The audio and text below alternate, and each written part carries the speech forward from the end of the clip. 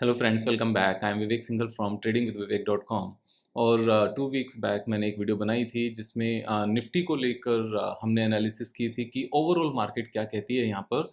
और उस वीडियो में टाइटल भी यही था, आउटलुक फॉर नेक्स्ट 2 वीक्स। तो यहाँ पर 15 जून को ये वीडियो बनाई गई थी। अभी 2 वीक्स कंप्लीट हो चुके हैं और यहाँ पर एक मेजर डेवलपमेंट है। अगर हम निफ्टी की बात करें, निफ्टी एंड सेंसेक्स हमारी ओवरऑल मार्केट की मूवमेंट को एक बार बताता है कि मार्केट डाउन ट्रेंड में रहने वाली है, मार्केट अप ट्रेंड में रहने वाली है, या मार्केट यहाँ से साइडवेज रहने वाली है। तो लास्ट 2 वीक्स, जब 2 वीक्स पहले वीडियो थी उसमें यही चीज़ बताई थी कि there are two factors right now. One is कि जो ग्लोबल वॉर है वो मार्केट को नीचे की तरफ पुश करती रहेगी, और जो इंडिया के अच्छे इंडिकेटर्स हैं, इंडिकेटर्स इन द सेंस कि जो इंडियन इकोनॉमी है और जो अच्छे रिजल्ट्स हैं और जो कंपनीज हैं, ग्रोथ है इंडिया की, जैसे यहाँ पर इंटरेस्ट रेट का कम होना, और इनकम टैक्स को लेकर भी अब से कुछ महीने पहले अच्छे डिसीजंस लिए गए थे, और अभी यहाँ पर ओवरऑल जो जीडीपी ग्रोथ है उसके भी अच्छी प्रिडिक्शंस होना आने वाले टाइम में। तो ये नंबर्स मार्केट को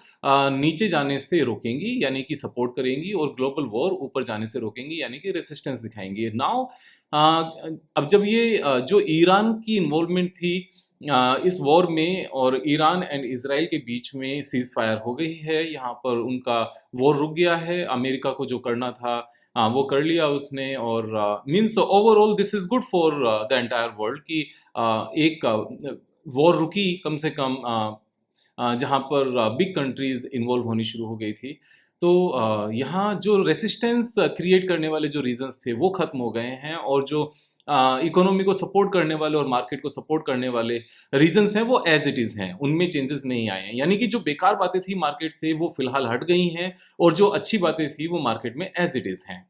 तो इन रीजंस के चलते यहाँ पर ऑफ कोर्स निफ्टी में यहाँ पर जो ब्रेकआउट है वो भी नज़र आना था, और इस ब्रेकआउट को लेकर अगर आप मुझे ट्विटर पर फॉलो नहीं करते हो तो वहाँ भी कर लो, क्योंकि वैसे तो उसका नाम x.com हो गया है, लेकिन वहाँ मैं चीज़ों को टाइम से एक्सप्लेन करता रहता हूँ बीच बीच में, जब भी ऐसा लगता है कि मुझे बता देना चाहिए। जैसे यहाँ पर there are higher chances that Nifty gives a breakout on upside from existing tight range and start moving towards life time high. अब जब ये मैंने पोस्ट किया था ये 7:37 AM, यानी कि मार्केट में मॉर्निंग में किया था, और 25 जून को किया था। और 25 जून को अगर हम निफ्टी का लेवल देखें जिस टाइम पर ये किया गया था, तो 25 जून मार्केट ओपन होने से पहले, यानी कि उससे पहले क्लोजिंग पर यहाँ पर किया गया था, यानी कि 24 जून की मार्केट हमारे पास रही होगी जब हमारे पास डेटा अवेलेबल था, ये पर्टिकुलर डेटा अवेलेबल था। उसके बाद मार्केट ने एक अच्छी सी ब्रेकआउट दिया। अब पॉइंट ये आता है कि ये बातें कैसे समझ में आती हैं। तो ये over a period of time जब आप चीज़ों को समझते हो, और यहाँ पर अनबायस्ड वे में अगर चीज़ों को समझ पाते हो, तो आपको चीज़ें समझ में आएंगी।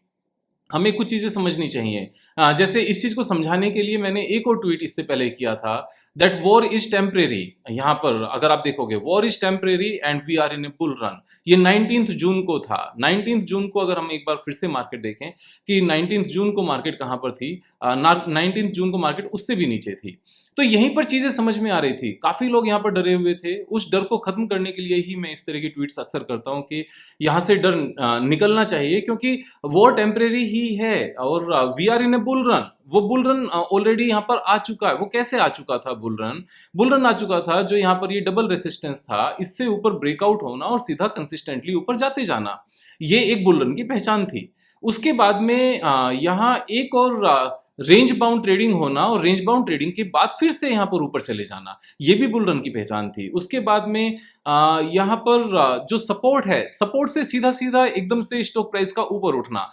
तो यहाँ से सपोर्ट लेकर सीधा ऊपर गया। मैं वापस से जो इंडिकेट जो यहाँ पर आइकन है वो लेता हूँ कि ऊपर गया यहाँ से, फिर यहाँ से साथ के साथ ऊपर गया, फिर सेम लेवल से ऊपर गया, फिर सेम लेवल से ऊपर गया।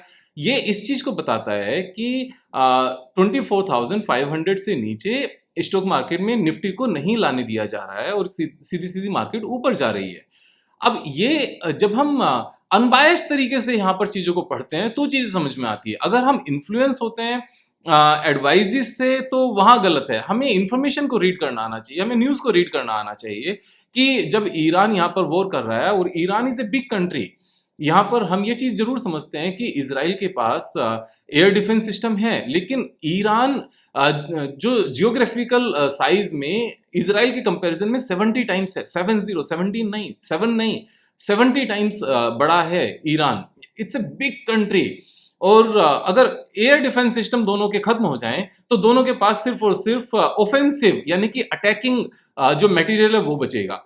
अब एयर डिफेंस सिस्टम भी कोलैप्स होंगे ही ना। अगर 100 मिसाइल्स एक साइड से आएंगी और 95 उनमें से इंटरसेप्ट करके खत्म भी कर दी, तो 5 तो एयर डिफेंस सिस्टम को तोड़ेंगी। एक बार एयर डिफेंस सिस्टम खत्म हो गया, उसके बाद बचा क्या?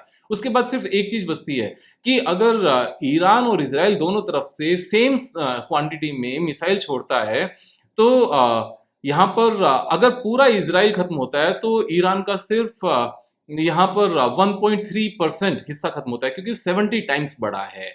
तो ये चीज समझ में आ रही थी अमेरिका को भी, इसलिए शायद अमेरिका भी बीच में आया और अपनी चेस्ट थंब करने के लिए कि यस, हमने उनके जो न्यूक्लियर प्लांट से जो उनकी यहाँ पर टेक्नोलॉजी खत्म करनी थी, या फिर जो न्यूक्लियर बॉम्ब वो बनाने वाले थे, जो उनकी फैसिलिटीज थी उनको तोड़ने की बात थी, हमने खत्म कर दी। लेकिन ये भी चीजें हमने देखी हैं कि वहां से ट्रकों की लाइन थी और यूरेनियम को वहां से शिफ्ट कर दिया है। But anyways, all what ever has happen, finally this war का रुकना is good for the world. Humanity के लिए अच्छा है, ह्यूमैनिटी के लिए।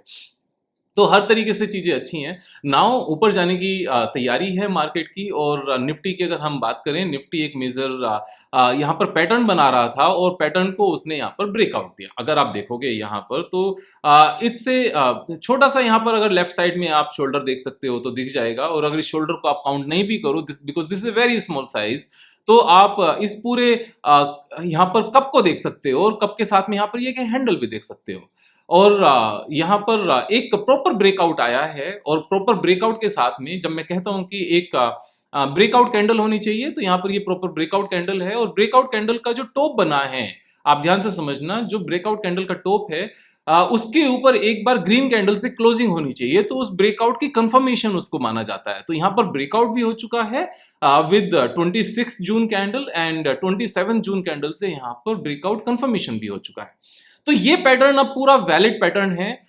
ऐसा नहीं है कि एक बार इस तरह का पैटर्न बन के ब्रेकआउट आकर ब्रेकआउट कंफर्मेशन होने के बाद में चीजें नीचे नहीं आती, जिगजैग वे में चलेंगी। ऑफ कोर्स कोई भी चीज लगातार ऊपर नहीं जाती, ये चलेगी इसी तरीके से कि 1 2 step up, 1 step down, 2 step up, 1 step down, इसी तरीके से ऊपर चलेंगी। लेकिन जो ओवरऑल टारगेट है, अभी वो टारगेट एक अच्छा खासा टारगेट यहां से नजर आता है इस कप विद हैंडल पैटर्न के बेस पर। और यहां पर जो सपोर्ट कर रही हैं चीजें, वो सपोर्ट कर रही हैं जियोपॉलिटिकल सिचुएशंस, जहां पर एक मेजर वॉर बंद हो गई है। तो इसका जो टेक्निकल टारगेट हमारा निकल कर आता है, that is 28,684।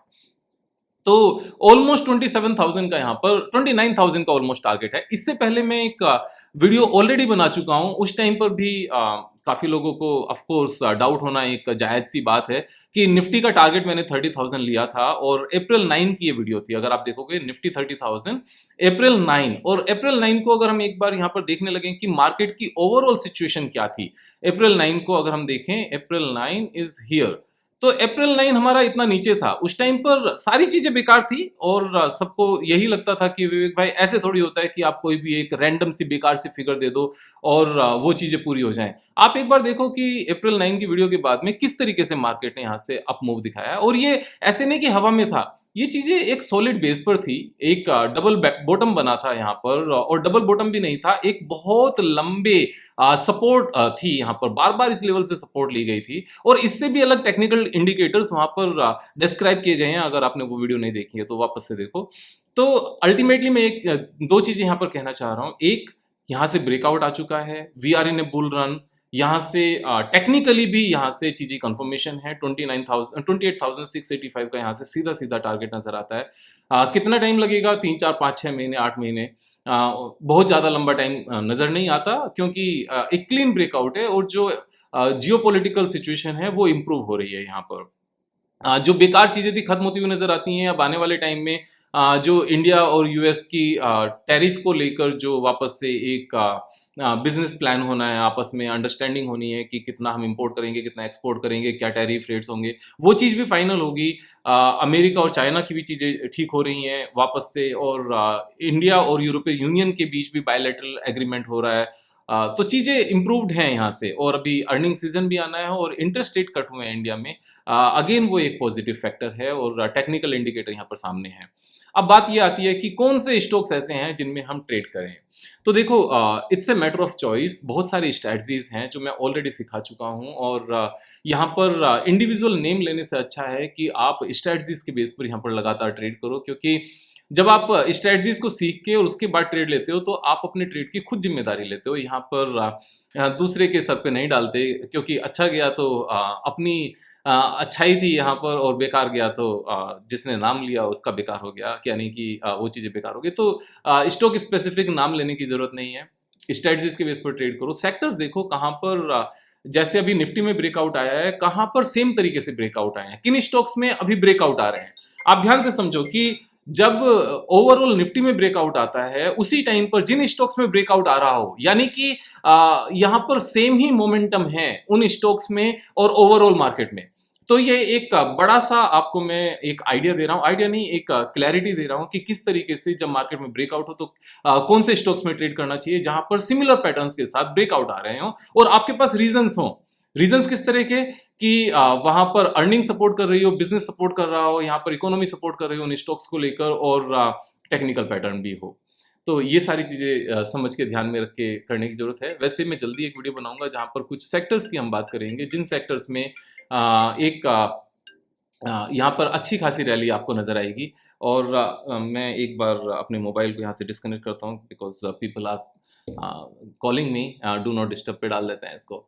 Right, so anyways यहाँ पर एक क्लीन ब्रेकआउट है, मार्केट बुल रन में है, गलती नहीं करना। एक बहुत पहले वीडियो मैंने बनाई थी जहाँ पर मैंने मेंशन किया था common mistake that will happen in next 6-7 months, और वो मिस्टेक क्या थी? टारगेट से पहले चीज़ों का निकल जाना, बिना समझ के, डर के मारे कभी कुछ नहीं करना चाहिए मार्केट में। जो भी करना है क्लैरिटी के साथ करो। अगर आप बेच भी रहे हो ना, तो क्लैरिटी के साथ बेचो। आपके पास रीजंस होने चाहिए, आपके पास समझ होनी चाहिए। आप बाय कर रहे हो तो आपके पास रीजंस होने चाहिए, आपके पास समझ होनी चाहिए। उन रीजंस को आप किसी नोटपैड में नोट डाउन करके तब बाय करो, नोटपैड में नोट डाउन करके तब सेल करो।